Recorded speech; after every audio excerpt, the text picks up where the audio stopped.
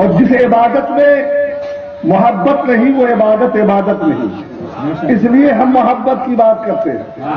یہ سمجھتے نہیں ہیں محبت کا جام پیو تب سمجھ میں آئے گی بات.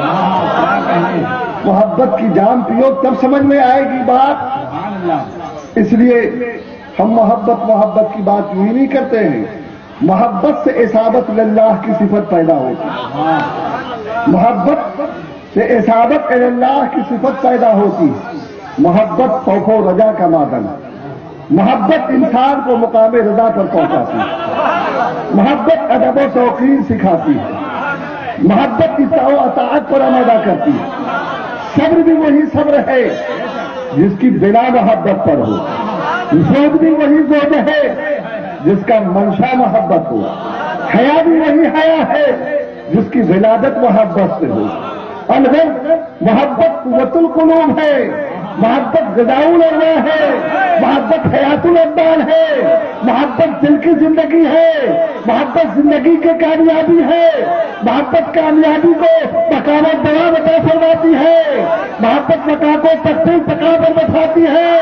ارے محبت قرآن ہے. محبت ایمان ہے. محبت احسان ہے. محبت ایران ہے. محبت اکرام ہے.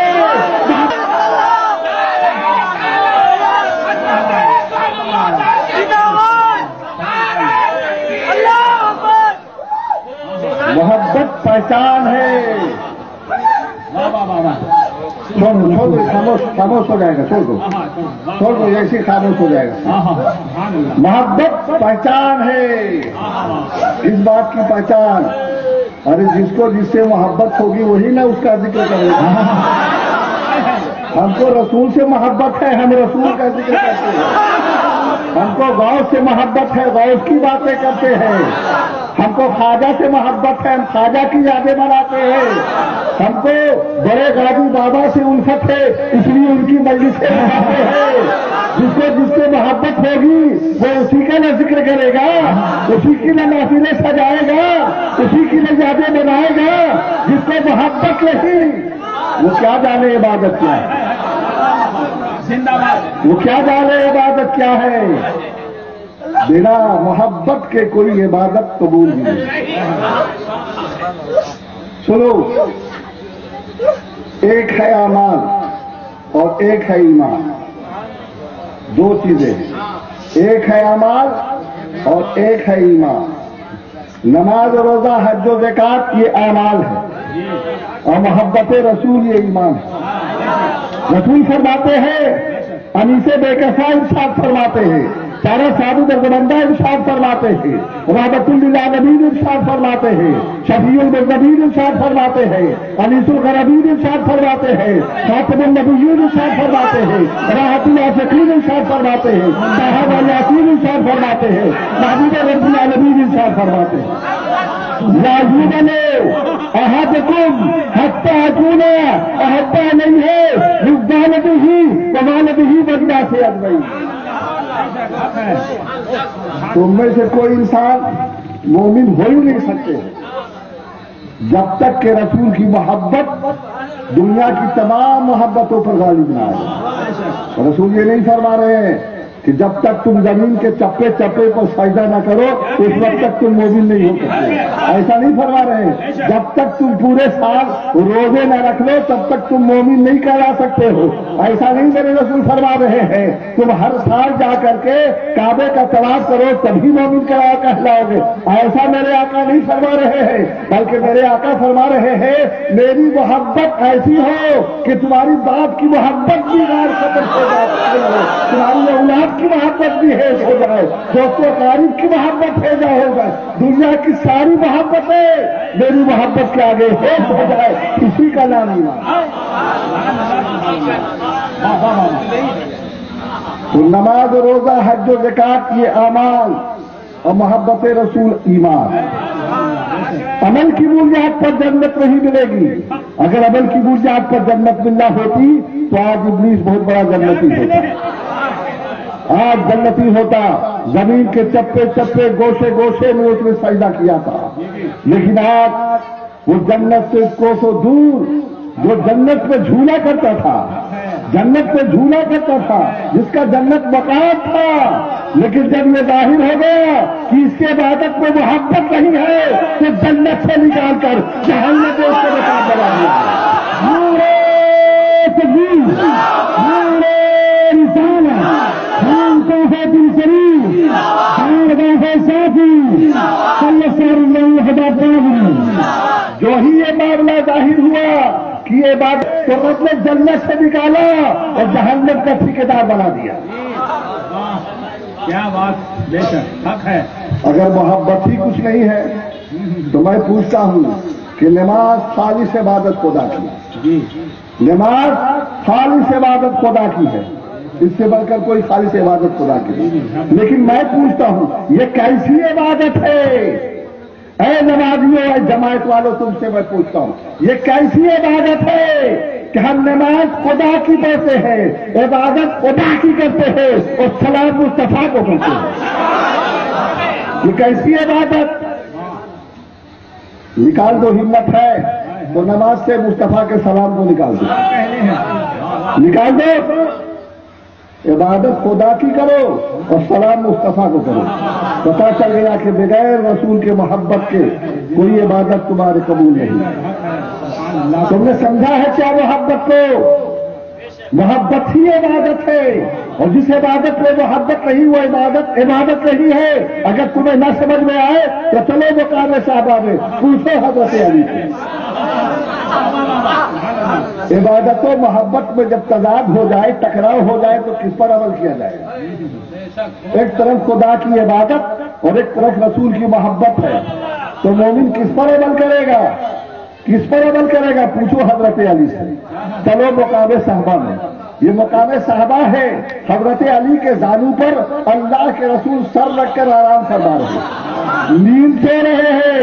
دنیا سمجھ رہی ہے کہ نیند سو رہے ہیں، دنیا سمجھ رہی ہے کہ نیند سو رہے ہیں، مگر میرے آقا سونے کے لیے نہیں آئے تھے۔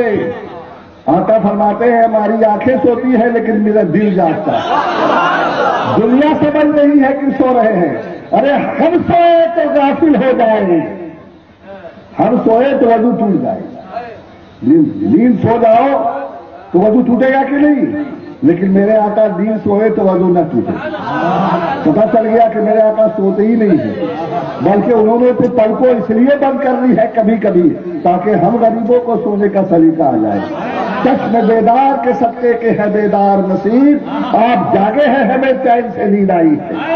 ارے ہم سوئے تو غافل ہو جائے مگر میرے آقا سوئے تو فرماتے ہیں کہ میں حریم نور کے جلوے میں ہوتا ہوں، کہ دنیا آنکھ میں سمے فروزہ کی حیثیت سے رب کی بارگاہ میں خود رب بلا رب البلال کہتے وہ روح کی تسبیح کر رہا۔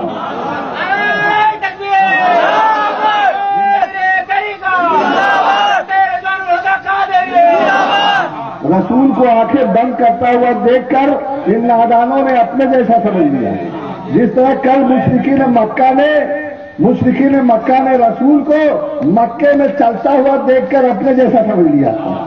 کل مشرکین مکہ اور ابو جہل نے رسول کو مکے پر چلتا ہوا دیکھ کر، زمین پر چلتا ہوا دیکھ کر اپنے جیسا سمجھ لیا تھا۔